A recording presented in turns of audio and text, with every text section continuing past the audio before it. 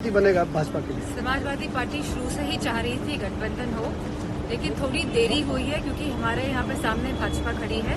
लेकिन इस बात की मैं सभी समाजवादी पार्टी के लोगों को और कांग्रेस के लोगों को बधाई देना चाहती हूँ कि गठबंधन आखिरकार अपने डेस्टिनेशन पे पहुंच गया है और आप देखेंगे कि इसके परिणाम बहुत ही अच्छे होंगे और सब लोगों का समर्थन मिलेगा, क्योंकि आज जो है हमारे जो चार स्तंभ जो आप भाजपा कह रहे हैं कि हमारे युवा हैं, हमारी नारी हैं, हमारी किसान हैं और हमारे जवान हैं, तो इन चार स्तंभ पूरी तरह से आक्रोशित भी हैं, दुखी भी हैं, निराशा में भी हैं। और मुझे पूरा भरोसा है कि आने वाले चुनाव में लोग आपको भाजपा के साथ तो दिखाई देंगे, लेकिन वोट वो गठबंधन को ही करने जा रहे हैं। गठबंधन के लिए भारतीय जनता पार्टी चुनौती नहीं साबित होगी। गठबंधन के लिए भारतीय जनता पार्टी चुनौती नहीं साबित, मजबूती के साथ गठबंधन लड़ेगा भारतीय जनता पार्टी, तो उसी को फॉलो किया जाएगा और इस तरह का हो सकता है बदलाव आगे भी हो सकते हैं। कांग्रेस और सपा में लगभग गठबंधन तय हो गया। आज शाम को प्रेस वार्ता भी शायद हो सकती है।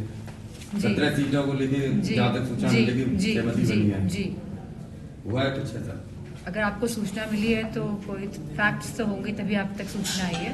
नहीं, 2-3 सीटों को लेके कुछ अभी, लेकिन अब आप पे सूचना आई है तो मैं समझती हूँ कि कोई ना कोई सच्चाई होगी इसमें। धर्मेंद्र जी पहले वहाँ से थे, बताइए उसे, अब उनको क्या लग रहा है, कहाँ उनको दे जा सकते? आने वाले समय में जिस तरह आप देख रहे हैं रोज लिस्ट निकल रही है हर हफ्ते में, तो आपको पता चल जाएगा कि धर्मेंद्र जी अगर लड़ेंगे तो कहाँ से लड़ेंगे। सांसद जी लगातार लिस्ट जारी की जा रही है। सांसद लगातार नहीं, खाली 3 लिस्ट आई है। 3 लिस्ट आई है। हाँ, तेज प्रताप यादव जी का उसमें नाम नहीं निकल के आया। क्या मैं समझती हूँ राष्ट्रीय नेतृत्व तय करेगा कि कौन कहाँ से चुनाव लड़ेगा। और राहुल गांधी ने एक बयान दिया है कि यूपी के युवा जो हैं वो रात में शराब के नशे में सड़कों पे यूपी के युवा जो है वो शराबी है, रात भर सड़कों पे मतलब डांस करते हैं।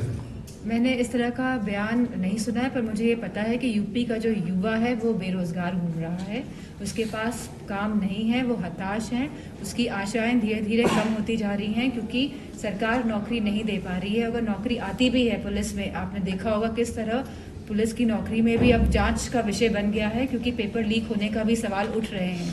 तो मैं समझती हूँ, और जो यहाँ पे $1 ट्रिलियन इकोनॉमी की बात हो रही है, जो यहाँ पे डिफेंस कॉरिडोर बनने की बात हो रही है, जो यहाँ पे इन्वेस्टमेंट समिट की बात हो रही है, जहाँ कह रहे हैं कि लाखों करोड़ रुपए उत्तर प्रदेश में आ रहा है, तो अगर उत्तर प्रदेश में इस तरह का कोई भी इन्वेस्टमेंट हो रहा होता तो मैं समझती हूँ कि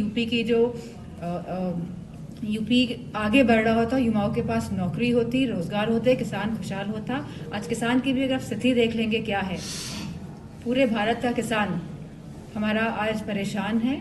और जो राष्ट्रवाद की बात करते हैं, असली राष्ट्रवाद किसान और हमारा जवान है, और इन दोनों स्तंभों को इस सरकार ने बुरी तरह से हिलाने का काम किया है। आज मैनपुरी से बीजेपी से भारतीय जनता पार्टी में लखनऊ में शामिल हुए हैं, क्या इससे कोई पार्टी को कोई असर पड़ेगा?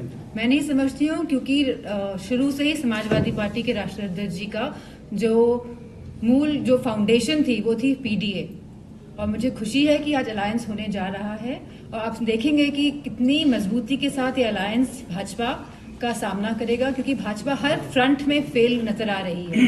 मैनपुरी से बीजेपी 4 कांग्रेस स्तंभों की बात हुई थी, नारी की, युवाओं की, किसानों की और जवानों की, तो मैं समझती हूँ कोई भी खुश नहीं है।